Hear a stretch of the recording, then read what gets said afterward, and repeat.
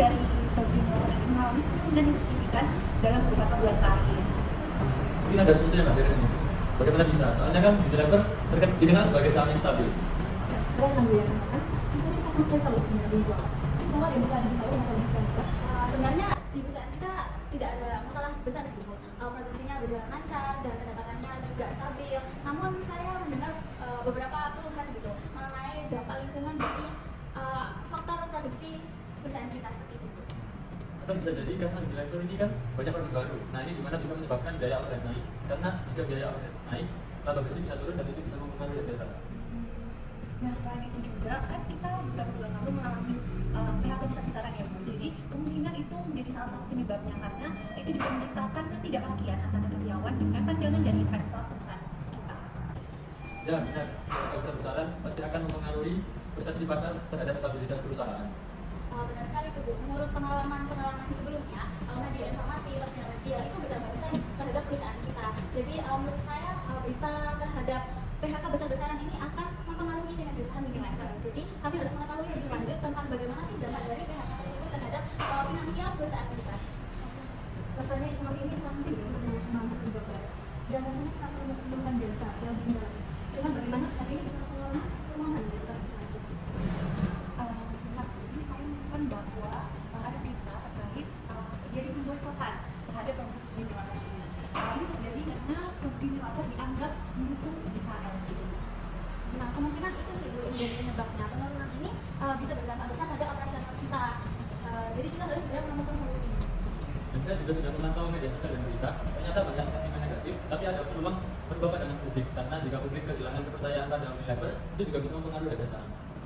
Saya khawatir hal ini bisa berdampak pada perusahaan kita. Biasanya kita perlu menemukan informasi yang lebih akurat dan juga solusi dulu.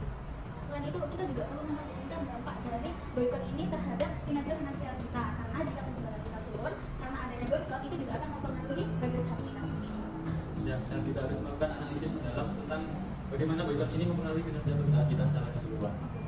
Mari kita coba segera bentuk tim ya untuk menganalisis tentang dampak boykot ini. Terima kasih, ini sudah bersama. Terima kasih Bu. Aizrizal, bagaimana pembahasan kita? Oh, iya, iya. Nah, berdasarkan laporan saham, pertama-tama sepertinya kita perlu strategi keuangan untuk menstabilkan harga saham. Nah, dan saya pikir kita bisa mulai dengan buyback saham untuk meningkatkan kepercayaan para investor.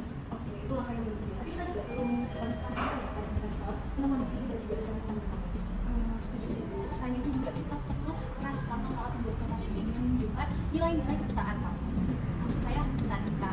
Selain itu juga kita perlu menegaskan ke publik bahwa kita itu mendengarkan keluhan mereka dan kita siap untuk memperbaiki citra perusahaan kita. Nah, benar. Saya sarankan kita fokus pada inisiatif yang mendukung perdamaian dan inklusi. Misalnya kita bisa mendanai proyek-proyek yang membantu rakyat Palestina. Betul, saya setuju. Misalnya kita perlu berkomunikasi dengan konsumen dan masyarakat ya tentang komitmen kita nih terhadap nilai-nilai kemanusiaan dan juga mungkin kita bisa mengubah persepsi kita. Oke, besok pagi kita coba klarifikasi ya ke media sosial bahwa sebenarnya perusahaan kita itu perusahaan yang peduli tentang nilai kemanusiaan dan juga perdamaian. Terima kasih, Ais dan Isa. Permisi Bu, kan ada investor yang ingin berinvestasi namun masih bingung karena permasalahan yang kemarin. Apakah boleh saya mengajak Rizal untuk meyakinkan investor tersebut ya Bu? Iya, silakan. Izin di luar ya, Bu? Iya. Siang Bu. Maaf sebelumnya menunggu lama. Kenalin, kami data analis Unilever. Saya Salwa dan teman saya. Dan saya Rizal. Oke, sebelumnya apakah ada yang bisa kami bantu? Oh iya, boleh Mbak. Oke, boleh kami jelasin sambil duduk biar enak ya. Boleh, silakan. Jadi kebingungan Ibu ini apa nih? Oh iya, jadi saya itu ingin sekali berinvestasi di Unilever, tetapi melihat berita akhir-akhir ini Unilever agak anjlok, jadi membuat saya ragu untuk berinvestasi. Oh, kira-kira apa ya yang membuat Ibu ragu? Jadi saya ingin mendapatkan keuntungan dari Unilever, tapi melihat penurunan Unilever harga sahamnya anjlok, jadi membuat saya khawatir untuk berinvestasi. Oke, baik. Saya paham apa yang Ibu resahkan gitu ya. Jadi sebenarnya Unilever ini kan terkenal sebagai perusahaan yang kuat secara fundamental. Jadi justru di saat harga sahamnya turun, itu saya sarankan Ibu berinvestasi di harga yang turun tersebut. Karena saya berani jamin, karena sebelumnya saya dan Rizal sebagai data analis di Unilever sudah memperhitungkan seperti ini. Mungkin bisa ditunjukkan. Jadi berdasarkan hasil perhitungan yang sudah kami lakukan, nilai intrinsik pada saham Unilever berada di angka 6.089, di mana nilai intrinsik tersebut lebih besar dari harga pasar saham Unilever pada tanggal 31 Desember 2023 tersebut. Jadi dapat disimpulkan bahwa harga saham di Unilever ini dapat meningkat di periode selanjutnya, seperti itu.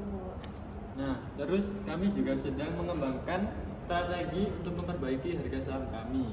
Ini juga termasuk tindakan proaktif yang bisa meningkatkan kepercayaan investor. Menarik ya. Gimana menurut Mas dan Mbaknya bisa yakin gitu kalau harga sahamnya akan kembali menaik? Oh, tenang Bu. Untuk itu kami juga sedang mengembangkan inisiatif untuk meningkatkan transparansi dan komunikasi dengan investor, termasuk rencana buyback saham untuk menstabilkan harga saham. Selain itu, Unilever juga memberikan beberapa keuntungan bagi investornya. Yang pertama, Unilever ini rajin membagikan dividen tiap tahunnya pada investor. Yang kedua, Unilever juga berkomitmen pada nilai-nilai keberlanjutan dan kemanusiaan, di mana jika Ibu berinvestasi di Unilever, Ibu juga berkomitmen kepada nilai-nilai kemanusiaan tersebut. Seperti itu. Oh, seperti itu ya. Tadi kan sempat ada kata dividen ya. Sebenarnya saya masih belum tahu sih apa itu dividen. Oke, kalau untuk dividen sendiri itu merupakan laba atau bagi keuntungan yang Ibu dapatkan tiap tahunnya sejumlah berapa banyak saham yang Ibu punya di Unilever, seperti itu. Baik, Pak. Semua terdengar sangat bagus ya dan menarik. Mungkin akan saya pertimbangkan lagi untuk berinvestasi di PT Unilever. Terima kasih atas kerjasamanya ya. Terima kasih, Mas, Mbak. Mbak. Terima kasih. Oke, baiklah rekan-rekan, rasanya kita perlu mengevaluasi ya terkait solusi yang sudah kita diskusikan tentang saham dan juga buyback perusahaan PT Unilever ini. Dan mungkin pertama kita sepakat ya bahwa kita melakukan buyback saham untuk menstabilkan harga saham. Ya, saham akan menunjukkan kepada investor bahwa kita memiliki keyakinan pada masa depan perusahaan. Selain itu, kita juga sepakat untuk meningkatkan komunikasi antara publik dan investor mengenai langkah-langkah yang kita ambil untuk mengatasi permasalahan ini. Kami juga setuju untuk merespon boykot ini dengan meningkatkan nilai perusahaan, dan kita juga meningkatkan harga perdamaian dan inklusi. Oke, dan kita akan mendukung nilai-nilai tersebut dengan mendanai proyek-proyek yang membantu rakyat Palestina. Kami juga sepakat untuk melakukan transparansi dalam komunikasi kepada investor dan publik. Oke, berarti di sini bisa saya simpulkan ya bahwa secara keseluruhan langkah-langkah yang sudah kita sepakati bersama ini semoga bisa memperbaiki citra perusahaan kita dan juga bisa mengembangkan harga investor. Terima kasih kerjasamanya Ais, Rizal dan juga Salma.